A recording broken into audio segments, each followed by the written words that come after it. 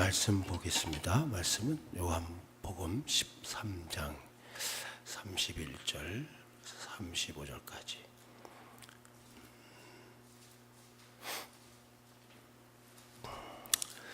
다 같이 읽겠습니다. 우리 그냥 다 같이 읽겠습니다. 시작. 그가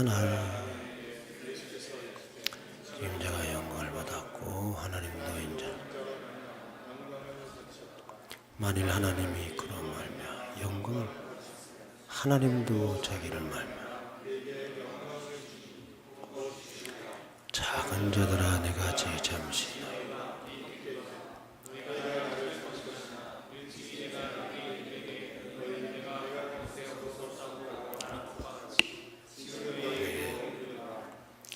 계명을 너희에게 주노니 내가 너희도 너희가 서로 사랑하면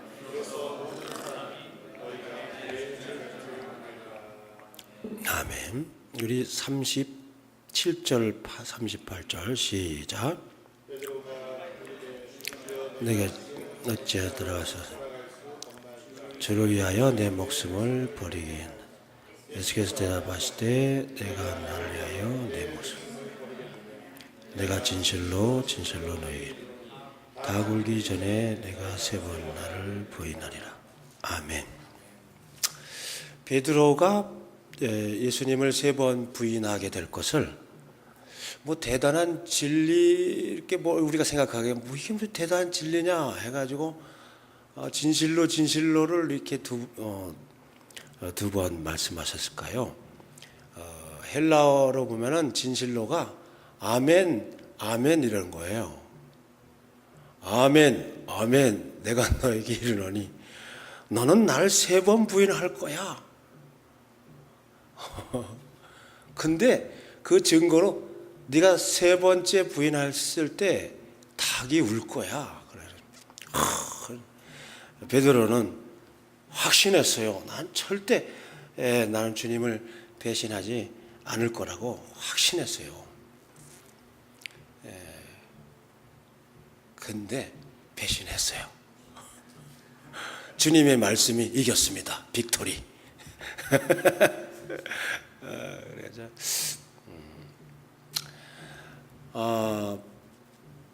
베드로는 이런 고백을 한 다음에 말고와 예수님을 잡으러 사람들이 많이 왔죠. 그러니까 이제 가룟 유다가 신호를 보냈죠. 내가 입맞추는 사람이 바로 예수님이니까 잡아가라. 거기가 바로 겟세마네 동산이었어요.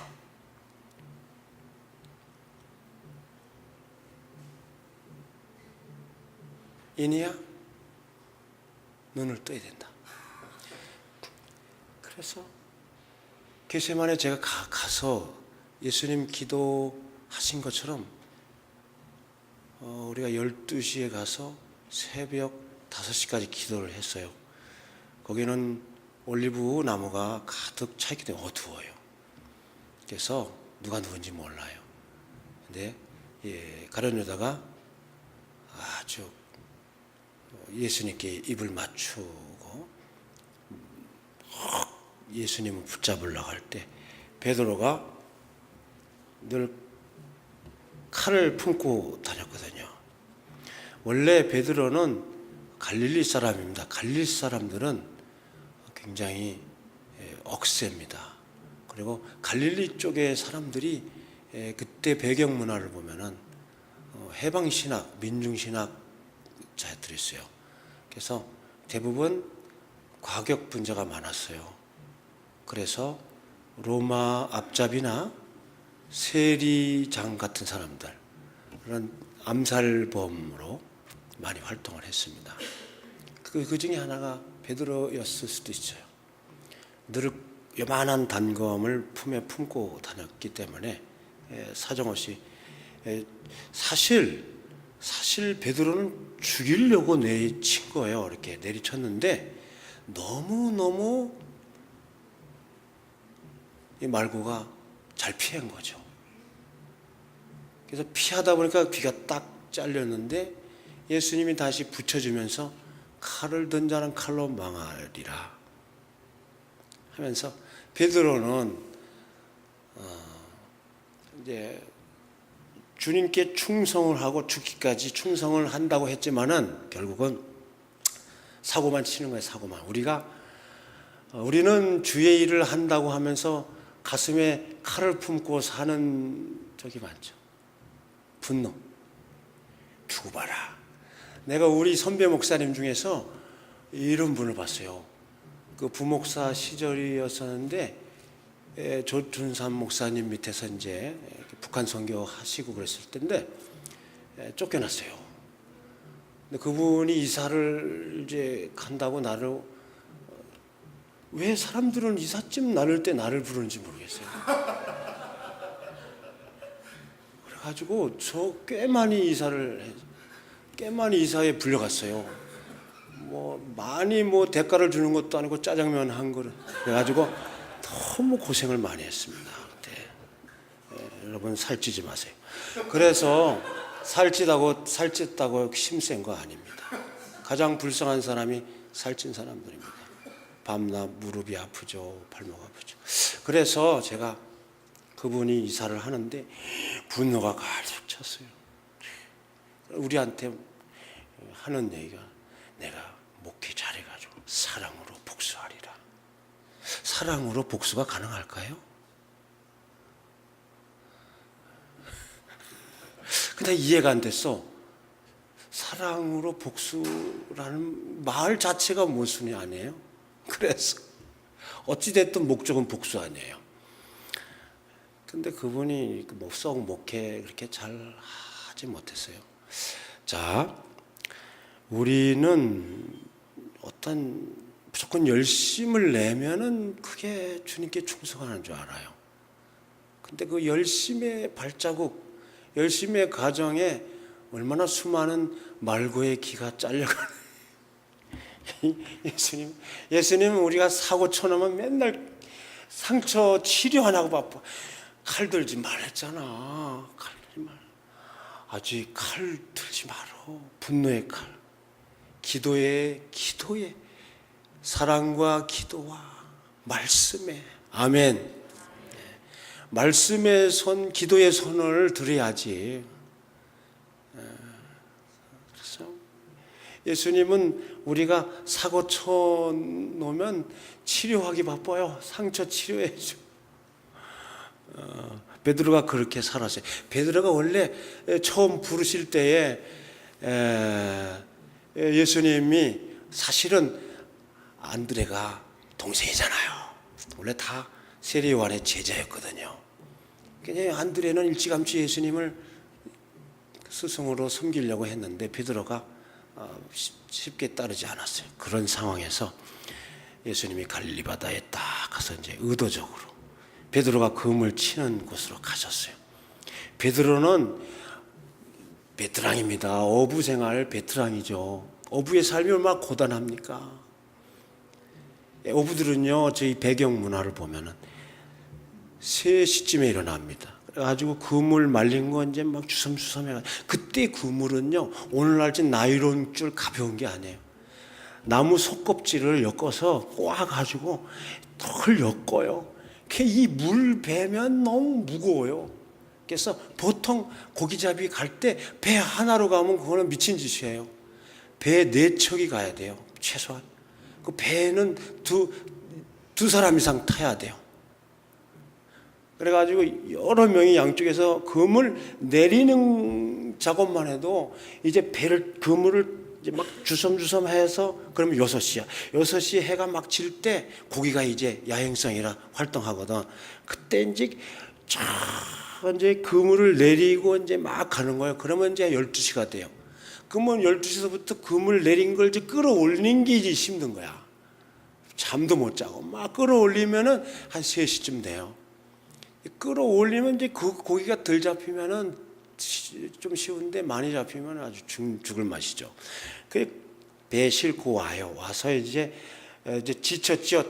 밤도 못 자고 이제 고기를 푹 풀어놓으면은 아낙네들이 와서 이제 고기를 개려요. 같이 막 좋은 고기, 나쁜 고기. 그리고 이제 대충 그물을 빨아서 이렇게 널어놓고 이제 대충 아침 겸 점심 이제 먹고 또 자는 거예요. 10시쯤에. 3시에 일어나서 또 가는 거야. 이게 어부의 고단한 삶이에요.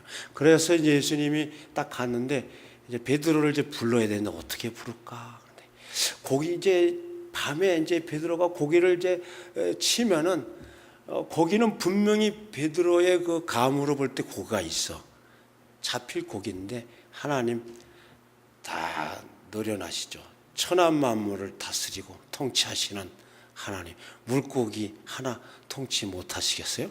베드로가 내리는 그물 쪽에 고기들에게 명령하셨겠죠. 고기들아, 우양 앞으로 가. 그래, 한 마리도 못 잡았어. 한 마리도. 그래가지고 이제 허탈해가지고 이제 왔을 때 지쳤죠. 금을 내리냐고 지쳤죠. 잠도 못 잤죠. 건너라고 지쳤죠. 한 마리도 못 잡으니까 더 지쳤겠죠.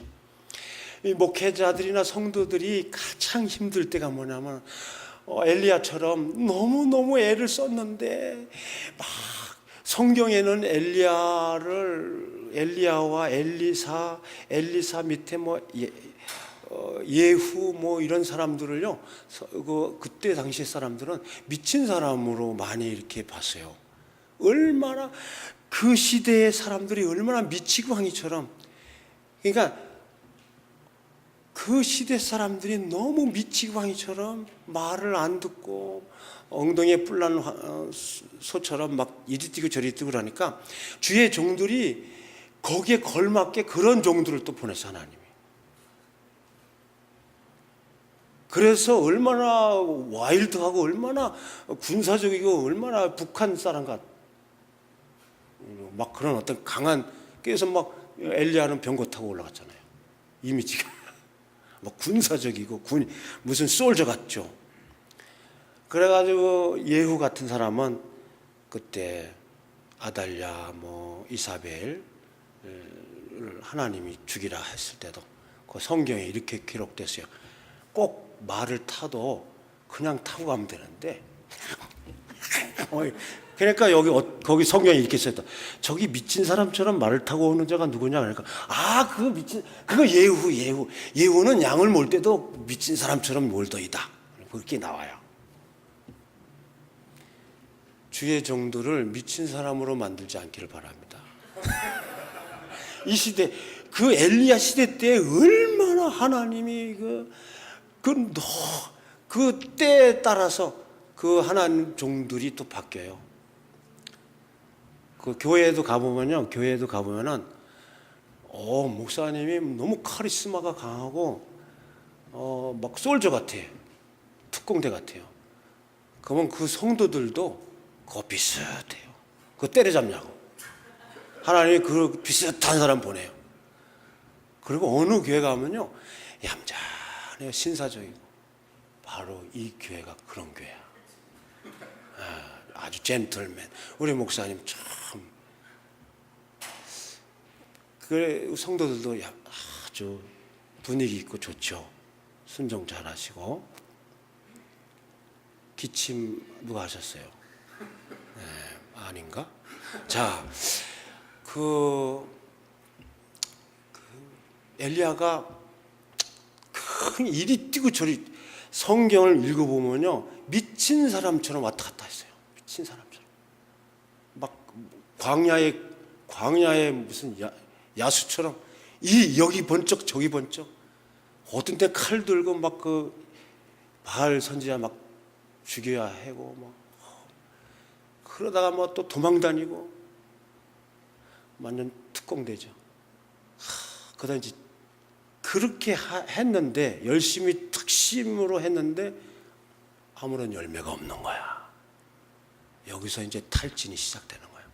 열심히 농사를 졌는데 아무 열매가 없어. 농사꾼은 탈진이 오죠. 그러니까 거기서 영적 침체가 빠졌죠. 그래서 하나님 날 죽여주세요. 그런 거야. 우리가 이제 세상을 살 때 그럴 때가 많잖아요. 뭘 열심히 기도했는데 뭘 열심히 했는데 대가가 없어요. 그러면 지치죠. 그럴 때 하나님이 꼭 이렇게 응답하시죠. 너만 그런 거 아니야. 너 말고 7천 명이 지금 그러고 있어. 할 말이 없죠. 베드로가 아무것도 잡지 못하고 왔을 때 예수님 지쳐있는 베드로에게 오른편에 깊은 데 가서 그물을 던져라.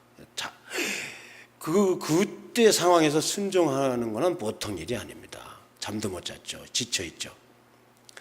근데 여러분들, 영적 침체에 걸렸을 때, 이제 지쳤을 때, 내가 할 거 다 했는데 아무것도 열매가 없을 때, 그때가 바로 순종할 때입니다. 할렐루야. 베드로가 참 그건 잘한 거야. 순종을 했어요. 너무 많이 잡혔어요. 근데 잡히긴 잡혔는데 그물이 찢어졌어. 많이 새 나가겠죠. 근데 베드로가 예수님 난 죄인입니다. 나를 따르라 했을 때 죄인입니다. 나를 떠나서서 그랬죠. 그때 선구야 눈을 떠라. 그때 저는 설교 시간에 좋은 꼴 못 봅니다.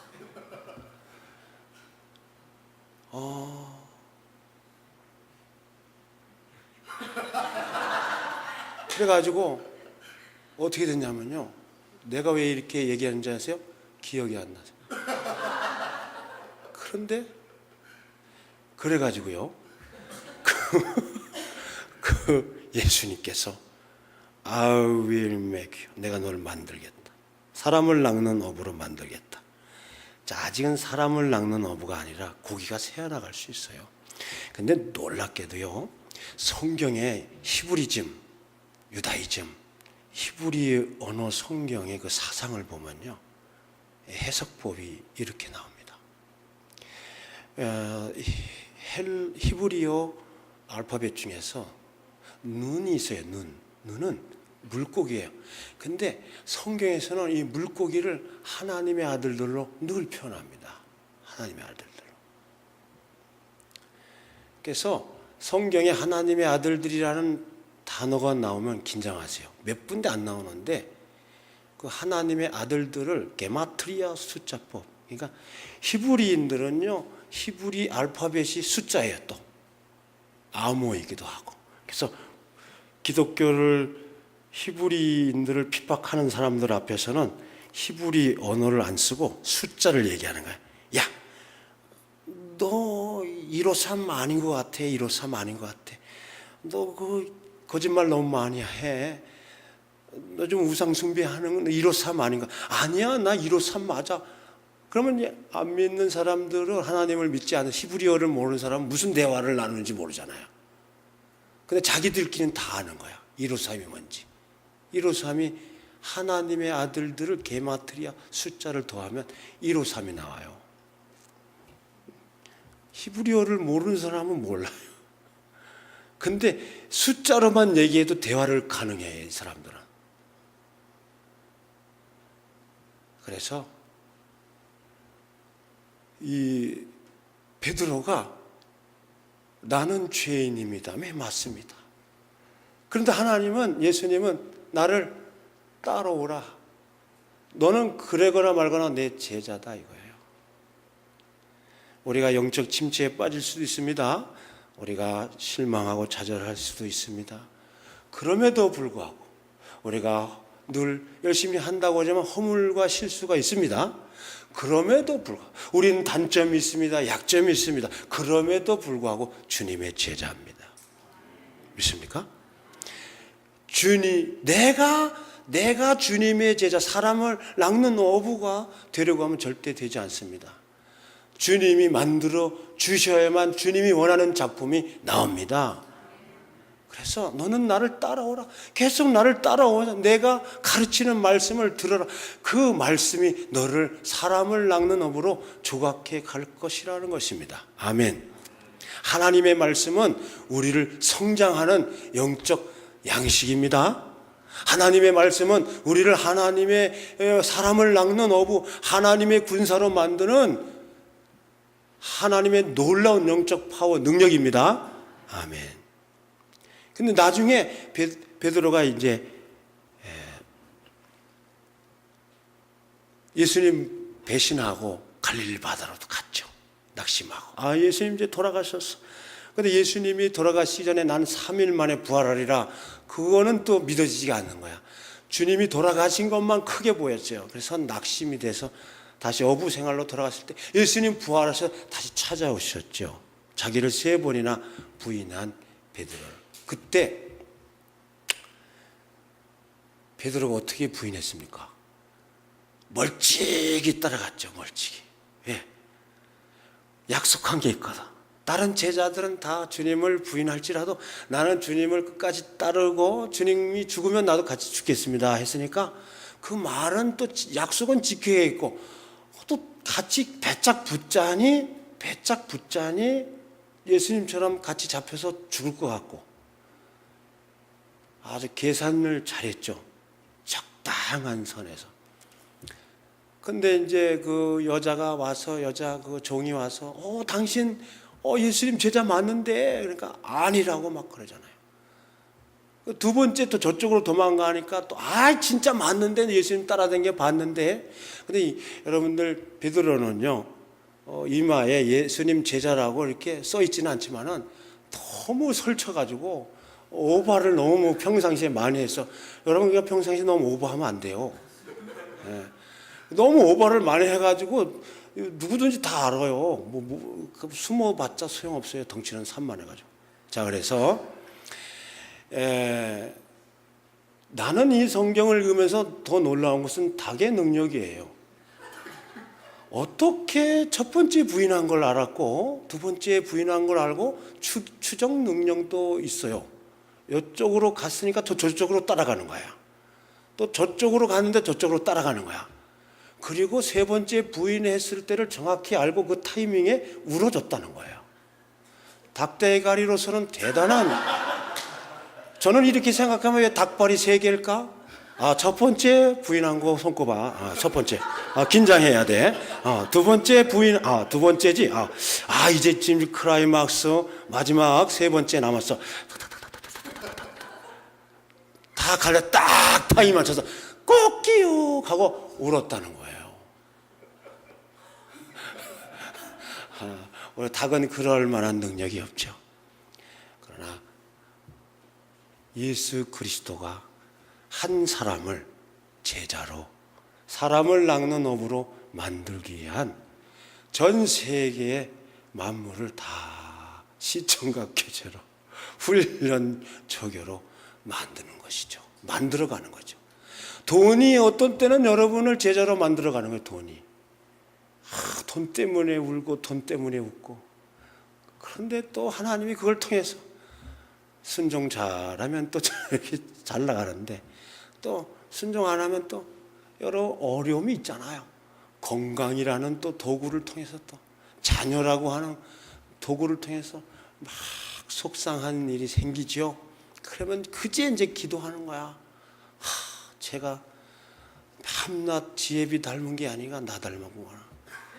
밤낮 뭘 잘못된 길로 가면 지 엄마 닮아서 저렇다 그러는 게 지 엄마 닮은 게 아니라 나 닮아서 그렇구나. 그걸 깨닫고 회개해야 이제 좀 애들이 또 가장 큰 아주 무서운 말이 꼭 너 같은 딸 낳아라. 꼭 너 같은 아들 낳아라. 그래서 자식은요 꼭 키워야 됩니다. 철이 들기 위해서. 그때 비로소 자식을 키우면서 하나님 마음을 알아가는 거예요. 이게 다 하나님이 우리를 조각해가는 도구들입니다. 할렐루야. 근데 예수님이 오셔가지고 바닷가에서 또 그 작업을 하는 거야. 베드로가 그물만 던졌다면 자 우영 앞으로 차 앞으로 고기 절대 안 걸리게. 빈털털이 하다 낙심이 돼가지고 이제 털털하고 오는데 저 먼 발치에 누가 모닥불 펴놓고 있어요. 그래 가만히 그 주님 같아. 예전에 한번 듣던 목소리인데 깊은 데 가서 우편에 고기를 던져라. 그래서 순종을 또 했단 말이에요. 근데 고기가 또 많이 잡혔어요. 근데 그물이 찢어지지 않았더라. 할렐루야. 이제 성숙한 거죠. 옛날에는 전도 열심히 했는데 술술술 막 나가. 뭐래가 이제 제 목사님과 같이 이제 여러분들 열심히 이제 교회를 이제 성장시키려고 하는데 오는 만큼 또 나가고 뭔 쏘가리만 오는 것 같아.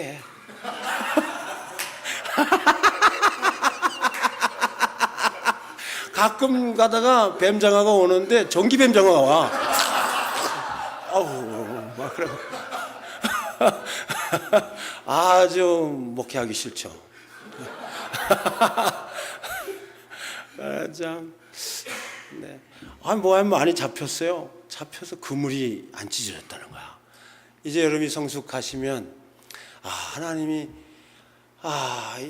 나를 길들인다고, 나를 지금 조각해 가고 있는 중에서 나를 지금 제자로 만들어 가고 있는 중이구나 하고 낙심하지 않기를 바랍니다. 뭘 열심히 하는데 잘 안 돼. 자꾸만 빠져나가고 이렇게 참 원하는 대로 소원대로 안 돼. 저는 이렇게 목회하면서 어떤 후배가 그래요. 목사님 어떻게 해야 목회를 잘해요? 그래서 내가 나도 몰라. 뭐 어떻게 할지 몰라. 근데 한 가지 딱 지금까지 20년 동안 깨달은 게 하나 있어. 근데 그거 뭔데요? 뭐 대단한 건 줄 알고 막 기대를 하더라고. 나는 지금까지 목회하면서 이거 하나는 분명한 것 같더라고. 내 뜻대로 되는 게 하나도 없더라.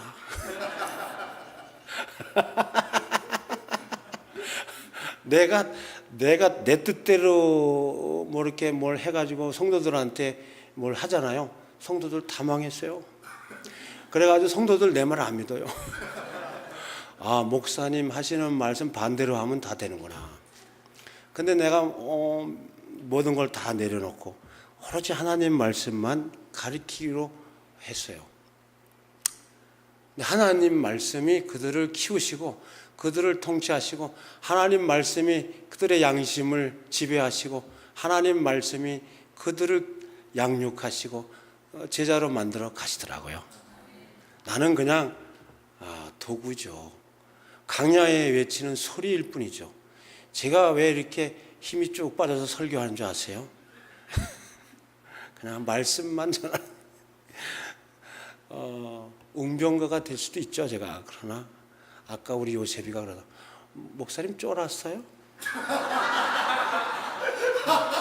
목사님 오늘 여기 좀 파워풀하지 않은 것 같아요. 그러다.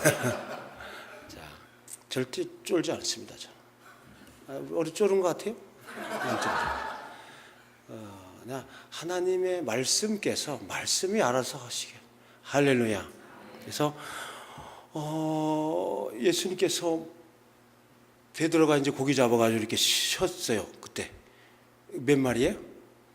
모나미 볼펜이 그걸로 성공했죠. 1호 3. 여러분 1호 3이 하나님의 아들들이라는 게마트리아 히브리어 숫자값입니다. 하나님의 아들들이라는 그 아들들이라는 건 눈으로 시작해요. 물고기. 히브리어 물고기로 시작돼요. 그 단어가. 그러면서 153은 하나님의 아들들을 네가 하나님이 택하신 숨겨놓은 하나님의 아들들을 잃어버린 양들을 집 나간 탕자들을 네가 이제 낳게 될 것이다. 이제 비로소 그물이 찢어지지 않을 것이다. 할렐루야. 제자들 께에는 그물이 이제 완성된 것 같아요. 쏘가리도 다 나간 것 같고 이제는 막 이제 던지면 다 걸릴 것 같아. 할렐루야.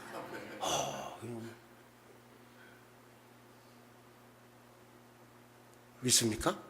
그렇게 될 것 같아요. 다들 좀 이렇게 오니까 빈틈이 없더라고. 찢어진 부분이 없어요. 딱 결속해서 협력하여 선을 이루는 거 보니까 너무 정말 도전이 됐어요. 여기는 정말 일사불란하게 솔저 같더라고요. 막 성도들이 탁탁탁탁탁 하는데 너무 참 깊은 감명을 받았습니다. 그래서 예수님이 질문을 던지죠. 요나의 아들 시몬아, 네가 나 사랑하냐? 딱 그랬죠. 그러니까 네가 아가페로 나를 사랑하냐. 그러니까 베드로가 부끄러워가지고 주여 왜 자꾸 질문하십니까? 필레오로 사랑합니다. 그러죠. 아가파는 영원한 사랑, 하나님의 사랑. 필레오는 우정이죠. 중간에 에로스가 있죠. 남녀간의 사랑. 예수님 또 아가페로 또 묻죠. 아가페로 나를 사랑하냐? 그러니까 예, 필레오로 사랑합니다. 그러면 내 양을 먹이라, 내 양을 치라. 그러죠. 내 양을 먹이라, 내 양을 치라. 또 내 양을 돌봐라. 이런 뜻이죠. 3번 질문을 하셨을 때 여전히 그 의도가 뭘까요? 내 양을 먹이고 치라, 이게 뭘까요? 여전히 너는 내 제자라는 것이죠. 할렐루야. 예수님이 베드로 만나서 나 그럴 줄 알았어. 너 나 3번 내가 얘기했지. 근데 얘기한 대로 너 닭 울었어, 안 울었어? 예, 울었어요. 닭도 울고 나도 울었어요. 그거 그건 너무 우리 아내분들, 여자분들 너무 그 남편이 속썩일 때마다 과거 얘기 1절, 2절, 3절 계속 하지 않았으면 좋겠어요. 우리 집사람은 우리 첫 번째 우리 아기 낳았을 때 제가 좀 늦게 간 거, 꽃 안 들고 온 거, 그거 지금까지 울고 먹어요. 저는 그 앞에서 늘 고개 숙인 남자가 될 수밖에 없죠. 예수님은 과거 얘기 전혀 하지 않습니다. 가늠한 여인이 왔을 때도 다른 사람은 다 정지하고 돌을 칠 준비가 됐지만 예수님, 죄 없는 자가 먼저 쳐라. 아무도 못 쳤어요. 양심이 찔리죠. 다 갔죠. 문제는 더 아주 결정적인 건 뭐냐면 예수님마저도 정죄하지 않았다는 거예요. 나도 너를 정죄하지 않아. 다시 죄를 짓지 마라. 할렐루야. 그래서 오늘 성경 말씀에 예수님께서 내가 너희를 사랑한 것 같이 너희도 서로 사랑해라. 이거 뭐냐면 너는 여전히 허물 있고 너는 여전히 나를 배신하고 있고 베드로는 저주까지 했죠. 예수님을 욕도 하고 예수님을 욕하면서까지 부인했죠. 어쩌면 가룟 유다보다 더 심각한 배신을 한 것이죠. 그럼에도 불구하고 단 한마디도 거기에서 얘기하지 않습니다. 왜? 다 알고 있어요. 예수님은 다 그럴 수밖에 없음을 알아요. 왜? 하나님이 인간을 만드실 때 질그릇으로 만들었으니까요. 실수할 수밖에 없어요, 우리는. 그래서 하나님이 필요한 거예요. 우리는 단점이 있을 수밖에 없어요. 그래서 우리는 하나님만 의지해야 됩니다. 그리고 우리는 전체가 다 한 몸처럼 협력해야 됩니다. 예수님이 우리의 허물과 단점과 약점과 죄를 위해서 아무 말 없이 정죄하지 않고 비판하지 않고 대신 우리 죄를 위해서 돌아가신 것처럼 우리도 서로의 허물과 죄와 약점이 보이면 헐뜯고 야때는 이때라. 여러분 사람을 씹는 맛이 보통 여러분 그거 지포 씹는 것보다 다 맛있습니다. 저도요 이 사람 씹어대는 거 너무 맛있어요. 그것처럼 맛있는 거 없어요. 선악과 따먹은 후유증이죠. 이야, 여자들은요 어제 그 전화로 이제 얼마나 그 내용이 많습니까? 그거 다 씹어대는 내용 아니에요? 시어머니부터 시작해서 시아버지부터 남편으로부터 큰아들 작은아들까지 다 씹어대고 그래도 모자라서 만나서 씹자 그러잖아요.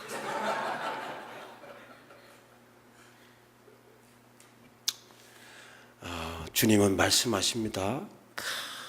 내가 너희의 허물과 약점과 단점을 단 한 번도 정죄하거나 비난하지 아니하고 대신 죽은 것처럼 너희도 서로의 약점과 단점이 보이걸랑 대신 죽을 생각을 해야지 씹어댈 생각을 하지 말라는 거예요. 너희 눈에 상대방의 약점이 보이면 그거는 대신 그 모자란 부분을 사랑이 없어, 저 사람은 사랑이 없어. 그러면 네가 가서 채워주면 되잖아. 너 사랑이 많으면. 우리가 서로 비난하기보다 서로 대신 그 약점을 짊어지고 갈 때 비로소 완성되어 가는 것입니다. 예수님 말씀하셨어요. 하나님 나라 복음을 마태복음 첫 설교에서 비난하지 마라. 비난하는 자는 내가 비난하겠다. 원수조차도, 철천지 원수조차도 복수하는 것은 너의 몫이 아니다. 하나님께 있으니 원수 갚는 것도 하나님께 맡기고. 그러면 하나님, 나는 복장 터져서 어떻게 살아요? 너는 오히려 원수를 축복하라. 원수가 소를 잃으면 같이 찾아라. 원수가 배고프면 대접해라. 사랑하라. 축복하라는 거예요. 할렐루야. 그래서 예수님이 보여주신 그 십자가의 길을 예수님은 우리에게 요구하고 있어요. 그 길을 같이 가기를. 할렐루야. 그게 바로 제자의 길입니다. 그렇게 살 때만이 주님의 제자가 되는 거예요. 그래서 153은 두 번째 의미가 있습니다. 이스라엘 사람들은요, 우리 이 히브리 언어 성경을 모르는 모든 이방인들은 절대 이거를 몰라요. 근데 유대인들은요, 어려서부터 성전 구조가 몇 기부 이게 다 외우고 다녀요. 그래서 제단이 153이에요. 3층으로 돼 있어요. 성전의 제단이 3층인데 맨 밑에 제단이 1규빗이에요. 두 번째 칸이 5규빗이에요. 세 번째가 3규빗이에요. 그래서 153이 딱 나오면 제단. 여러분, 제단은 뭡니까? 하나님께 드려지는 장소입니다. 여러분, 열방에 흩어진 모든 잃어버린 양들, 잃어버린 탕자들을 하나님께 드리기를 바랍니다.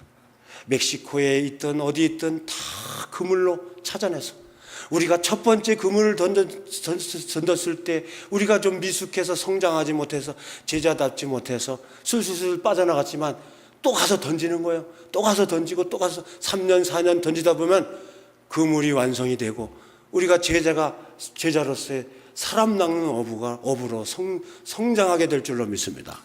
그래서 던지는 그물마다 잃어버린 양들이 다 돌아오게 될 줄로 믿습니다. 그리고 하나님께 드려지게 될 줄로 믿습니다. 할렐루야. 그래서 오늘 새 계명을 너에게 주노니 하는 것은 십계명의 모든 10계명을 함축해 놓은 것을 말하는 것입니다. 그래서 십계명이 바로 하나로 얘기하면 사랑입니다. 그래서 여기 새 계명은 십계명을 함축해 놓은 선지자의 대강령이니라. 예수님이 그렇게 해석을 하셨죠. 그래서 십계명을 함축하시면서 이렇게 말씀하셨죠. 요약하시면서 마음을 다하여 뜻을 다하여 목숨을 다하여 주 너희 여호와 하나님을 사랑하라. 둘째는 이와 같으니. 그렇죠. 네 몸처럼 이웃을 사랑하라. 근데 여기서 진짜 다른 것도 중요하지만 더 중요한 건 이와 같으니입니다.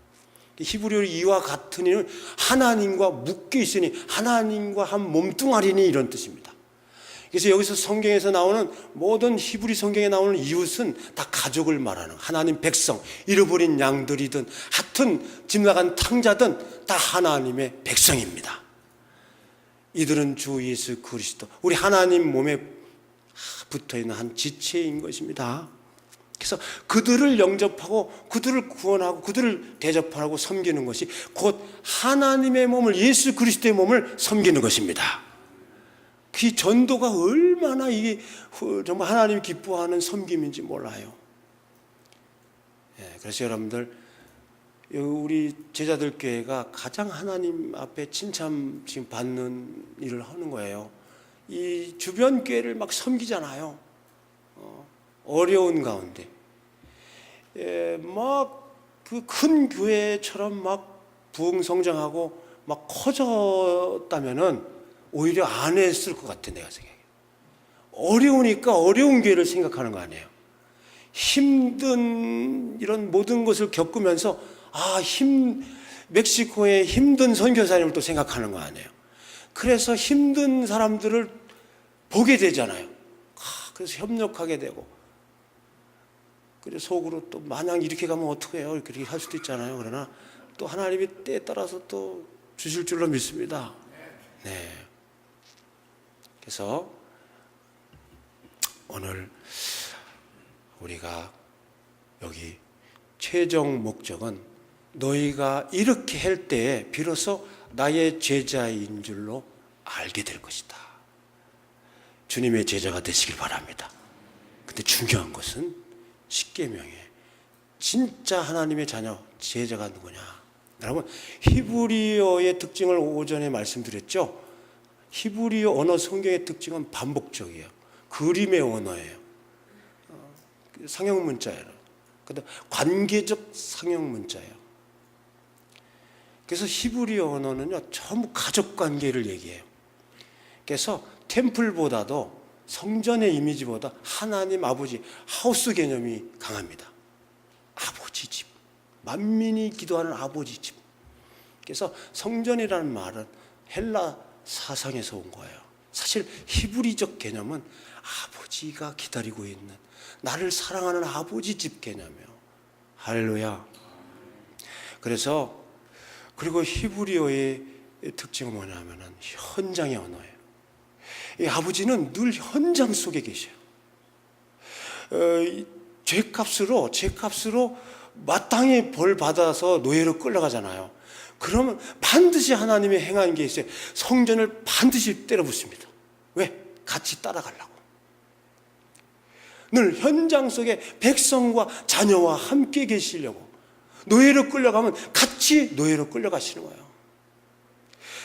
항상 전쟁이 일어나면 늘 언약궤가 앞서가잖아요. 왜? 현장 속에 하나님이십니다. 할렐루야.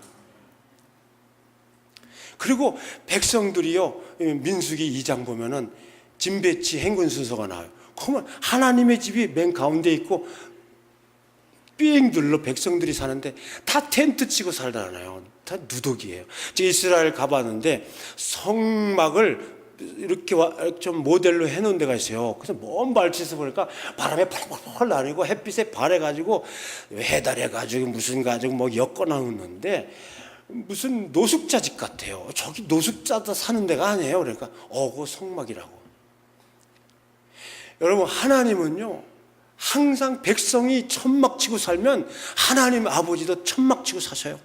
그 속에서 늘 현장 속에 계신 하나님이세요. 할렐루야. 그게 바로 아버지의 마음이에요. 탕자가 아버지 떠났잖아요. 근데 그 아버지는 그 자식 기다리려고 늘 대문 앞에 있는 거예요. 오면 발 씻어주려고, 맞이하려고. 원래 제가 이스라엘을 탐방하는 남반부에서 저 북반부까지 걸어서 탐방을 했는데 그 성마다 대문에 돌 의자가 있어요. 그게 왕의 자리, 제사장의 자리, 아버지의 자리예요. 그래서 이스라엘의 그 건축, 옛날 고대 건축 보면요, 대문에는 돌 항아리가 있고 돌 의자가 있어요. 그래서 성경에서는 늘 겸손을 상징할 때 돌 의자를 등장시킵니다. 그래서 모세는 늘 겸손하여 돌 의자에 앉았고, 예수님이 그 모세에게 한 얘기죠. 그래서 아버지는 그 자리에 늘 앉아서 들락날락하는 가족들을 섬기는 거예요. 원래 거기는 노예의 자리예요. 성부야, 거기는 종의 자리야. 껌뻑껌뻑, 알았죠? 네. 거기서 들락날락하는 사람들을 다 발을 씻기는 거예요. 발을 씻길 때는 반드시 무릎을 꿇어야 됩니다.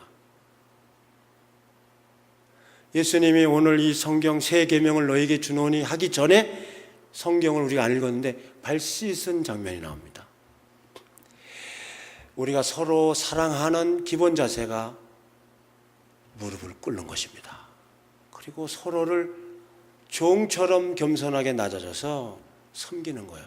하나님 나라는 아버지조차도, 왕조차도 노예의 자리, 종의 자리에서 온유하고 겸손함으로 모든 공동체를 섬기는 나라입니다. 사탄은 그걸 몰랐어요. 재판하는 멋있는, 그냥 심판자의 멋있는 왕의 높은 자리만 보고 욕심을 냈죠. 하나님은 어떤 분이신지 아십니까? 그렇게 벌을 줘놓고 같이 노예 속에 끼어서 같이 가는 거예요. 백성과 함께. 야, 잘 견디고 와라 하라고 하지 않습니다. 같이 가시는 거예요. 에덴 동산에서 아담과 하와가 죄를 졌죠. 죄를 짓고 서로가 남 탓합니다. 그 버릇이 지금도 나왔어요. 저도 화가 막 나고 무슨 문제가 생기면 이상하게 타락 본성이라 그런가 아내 탓을 생각해요. 근데 놀라운 것은 우리 집사람도 내 탓을 하고 있다는 거예요. 누구 어떤 무슨 타켓을 정해놔, 희생양을. 그래서 그 사람 다 뒤집어 쓰게. 자, 우리 인간이 그래요. 당신이 만든 뱀이 결국 누구요? 하나님 탓하는 거예요. 뱀 탓하고 하나님 탓. 당신이 만들어진 저 여자가 결국 여자 탓하고 하나님 탓하는 거 아니에요. 그래서 그래가지고 이제 벌을 줬잖아요. 해산의 고통. 남자에게는 땀을 흘려야 먹고 살고 땅을 파야 돼. 땅을 파야 돼. 노가다. 이 땅을 파야 돼. 쟁기질을 해야 돼. 그래야 이제 먹고 엉겅퀴가 나고. 그렇게 벌을 줘놓고 어떤 분인지 아세요? 이 땅에 내려오셔서 소처럼 수고하고 무거운 짐진 자들아 다 내게 오라. 쟁기일로 줘. 사빌로 줘. 내가 받게. 그래서 히브리어의 첫 글자 알렙이라는 글자는 황소예요. 소예요. 소. 하나님은 소로 표현됩니다. 결국 자기 자녀들 하나님 나라 공동체를 위해서 땅을 파고 쟁기질을 하실 수고와 그 모든 수고의 짐을, 수고하고 무거운 짐을 대신 지고 가는 거예요. 인간의 모든 짐을 지고 가는 상징적 짐승이 소입니다. 모든 짐을 소가 다 수레에 싣고 가고 쟁기질도 소가 다 하잖아요. 벌을 줘놓고 그 벌을 대신 받는 게 아버지예요.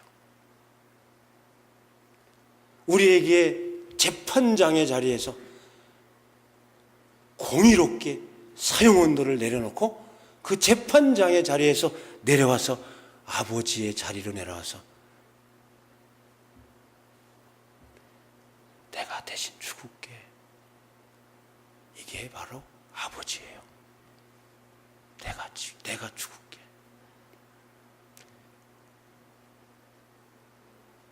여러분, 아버지의 마음은 성경에서 온유와 겸손으로 늘 말씀하십니다.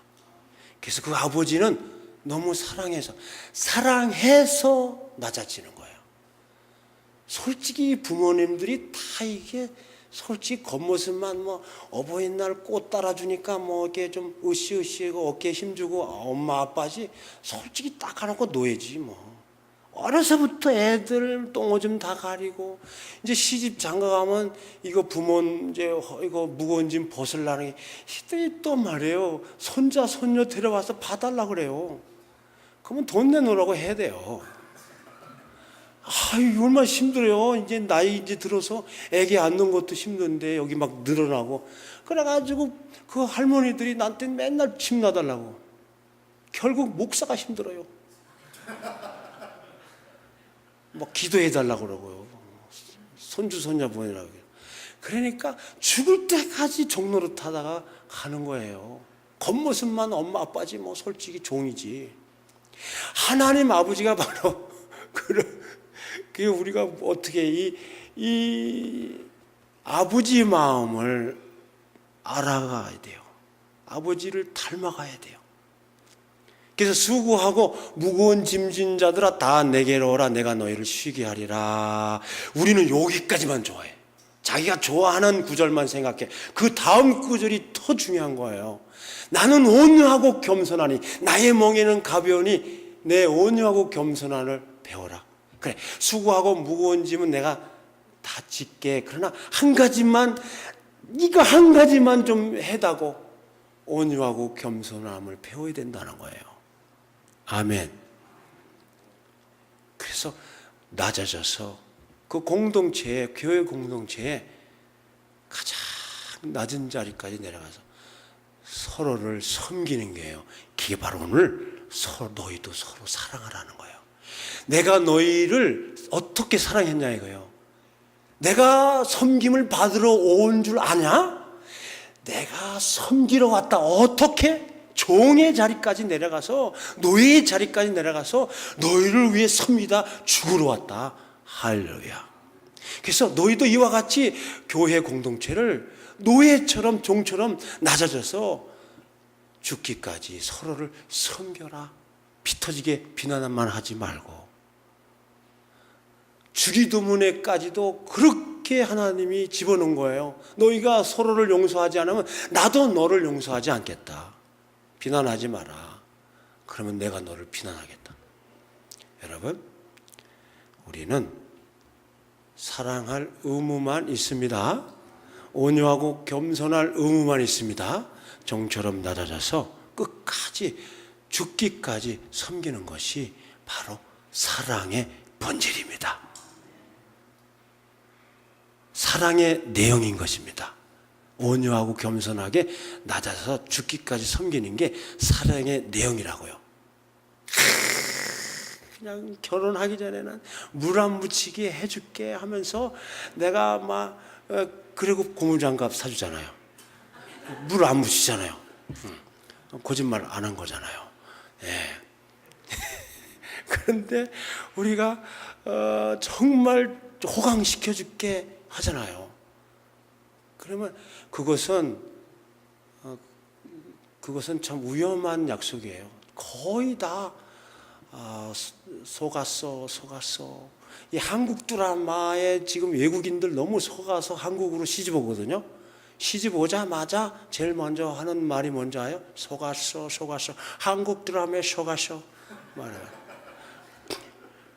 한국 남자들 너무 잘해줄 것 같은데 막상 결혼해 보니까 아니라는 거예요. 사랑이라는 말을 할 수 있어요.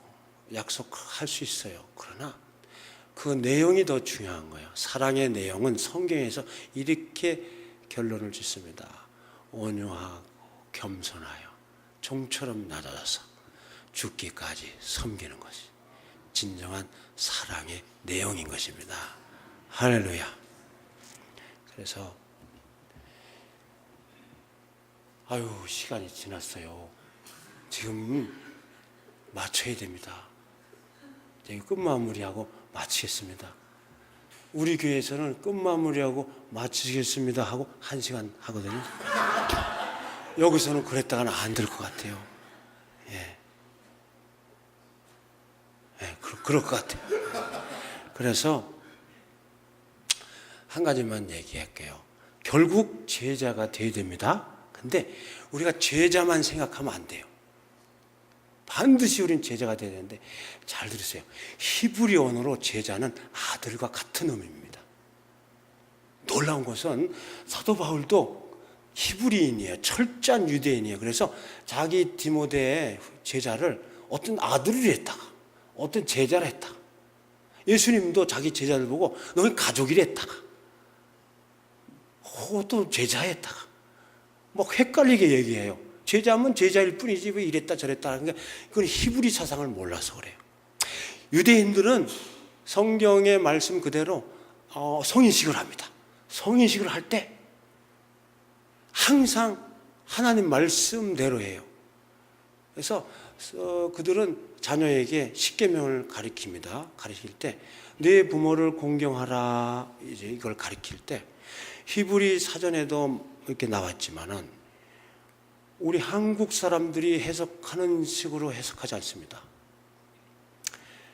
원래 히브리 언어에서 십계명의 5계명 내 부모를 공경하라는 것은, 거기서 나오는 부모는요, 첫 번째가 영적 지도자입니다. 뭐 기분 나쁘든 어쩌든 어쩔 수 없어요. 이거 성경대로 가르칠 뿐입니다. 나는 히브리인들은요, 히브리 원어 성경에서는요, 부모가 첫 번째 부모가 영적 지도자입니다. 물론 대전제인 하나님 아버지는 당연한 거고, 두 번째 부모는요, 모든 믿음의 선배를 말해요. 믿음의 어른들, 믿음의 모범을 보일. 세 번째가 육신의 부모입니다. 그래서 성인식 할 때 이들은 거창하게 합니다. 전 세계에 흩어져 살아도 성인식만큼은 통고급의 비행기 타고 가세요. 큰 잔치를 벌려요. 두루마리 성경을 애한테 안기고 양쪽의 부모가 결혼식 하듯이 끌고 가요. 근데 목표가 랍비예요. 말씀을 가리키는 영적 지도자예요. 가서 그 전에 이런 교육을 합니다. 얘야, 랍비, 말씀을 가리키는 랍비하고 아빠하고 물속에 빠져 죽으면은 너는 누굴 먼저 건져줘야지? 아빠요? 아니야, 틀렸어. 그럼 엄마일까? 엄마는 안 빠졌다니까. 하여튼 아빠하고 랍비. 그러면 랍비인가? 랍비요. 응, 맞았어. 랍비가 인격이 좋아서 뭐 어쩌고 저쩌고 뭐 모든 게 뛰어나서가 아니야. 하나님 말씀이 우선이야. 하나님 말씀이 부모보다 우선이야. 엄마 아빠는 일찍 너보다 갈 수 있어. 그럼 나중에 엄마 아빠 없을 때 너를 끝까지 지켜주실 건 말씀밖에 없어. 할렐루야. 그래가지고 또 질문합니다. 불 속에 아버지하고 랍비하고 빠졌어. 넌 누구를 건져줘야지? 랍비요. 응, 맞았어. 랍비를 건져줘야 돼. 그리고 히틀러 같은 사람들이 또 나타나서 히틀러 같은 사람들이 우리 집에 왔어. 그때 마치 랍비가 신방 왔는데 다락에 한 사람밖에 숨을 곳이 없어. 너는 누구를 숨겨줘야? 저요. 그럼 안 돼. 그럼 아빠요? 안 돼. 랍비를 숨겨줘야 돼. 왜냐? 하나님 말씀이 없으면 우리 가정도 소용없어.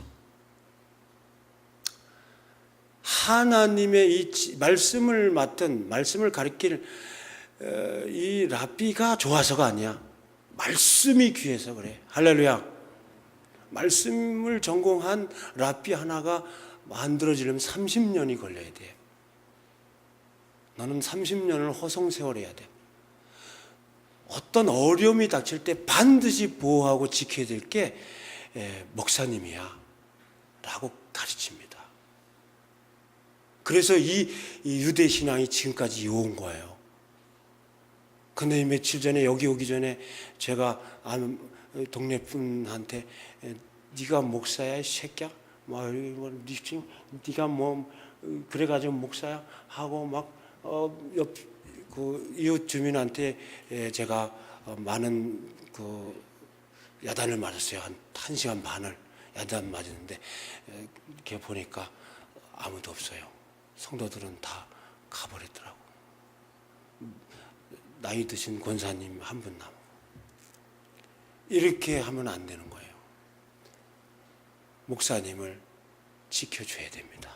할렐루야.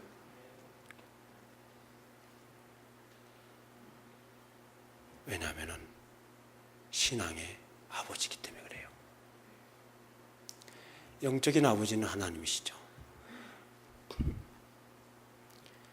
사탄이 왜 이렇게 오늘날 목사님을 집중 공격하냐? 이분들 넘어지면 이제 교회는 끝장나니까. 여러분, 핍박이 혹시 여기 있을 수도 있죠. 가장 먼저 목사님을 지켜줘야 됩니다. 할렐루야. 목사님하고 나하고 설교하기 전에 뭐 커미션 없었어요. 빵 한 조각 얻어 먹었어요. 없어요. 그러니까 뭐 내가 뭐 누구를 뭐 하려고 하는 게 아니고 말씀 그대로 가르치는 거예요. 할렐루야. 그래서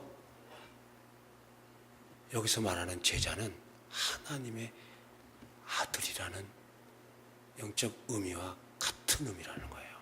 여러분이 진짜 예수님의 제자, 하나님의 자녀다운 그런 모습으로 성장하기 위해서는 반드시 아버지를 닮아야 된다는 거예요. 아버지 형상이 온유하고 겸손하게 낮아져서 섬기는 형상인 것입니다. 아멘. 그러면 교회가 평안해질 거예요. 절대 그물이 뜯어지지 않을 거예요. 그리고 많은 고기를 잡을 줄로 믿습니다. 우리 교회에 제가 하는 설교하기 전에 꼭 하는 말이 있어요. 따라합시다. 옆 사람하고 사랑하다 죽겠습니다. 당신을 섬기다 죽겠습니다. 절대 말리지 마세요. 주님의 명령입니다. 할렐루야. 내가 깜빡 외부에서 손님들이 와가지고 깜빡 이거를 안 한 적이 있어요. 몇 번. 눈빛이 달라지더라고. 벌써 눈빛이 도끼가 있어요. 성도들이 선악과 따먹은 그런 게 있어가지고 누구 흠집 없나 이렇게 살피는 눈빛이 있어요. 한번 걸리기만 걸려봐라. 그래서 그냥 다급하게 그 주간에 이거를 다시 강조를 했어요. 그만큼 우리가 이 체질이 너무 높은 거를 바라봐요. 낮은 것을 바라보시기 바랍니다. 그래서 늘 하나님조차도 섬겨요. 하나님 나라는. 우리는 얼마나 더 섬겨야지고 얼마나 우리는 더 낮아져야 됩니까? 형제의 허물이 보입니까? 또 목사님과 더불어 모든 장로님, 집사님들, 권사님들 다 단점, 약점이 있어요. 하나님이 절대로 100점짜리 인생 만든 적이 없어요. 성경에 그렇게 써 있어요. 아담을 만들어 놓고 보니까 뭐가 하자가 있어. 좀 외로워 보이고. 그러니까 다급히 하나님이 하와를 만들잖아요. 그리고 그 이름을 뭐라 그래요? 돕는? 얼마나 도움이 필요한 존재면. 저도요, 얼마나 우리 집사람 없으면 저는 참 어리버리 해가지고요, 우리 집사람이 늘 챙겨줍니다. 교회는 서로 챙기는 관계입니다. 아멘. 그래서 결혼 못하는 노처녀들, 노총각들을 가끔 제가 세미나 가면 그 얘기 꼭 해요. 절대로 180 얼굴 잘생기고 돈 잘 보고 에티켓 좋고 성품 좋고 설거지 잘하는 애기 잘 봐주는 남편 하나님이 만든 적이 없다. 그런 남자를 찾으면은 6,000년 걸려도 결혼 못할 거다 그랬어요. 그런 또 여자도 없어요. 완벽한 사람은 하나님 만든 적이 없어요. 왜? 완벽하면 그만하니까. 좀 부족해야 하나님 찾잖아요. 서로 의지하고 서로 겸손하고. 할렐루야. 그래서 이제 말씀을 맺도록 하겠습니다. 따라합시다. 새 계명을 너에게 주노니 서로 사랑하라. 내가 너희를 사랑한 것 같이. 아멘. 기도하겠습니다. 우리 다시 통성으로 기도하겠습니다.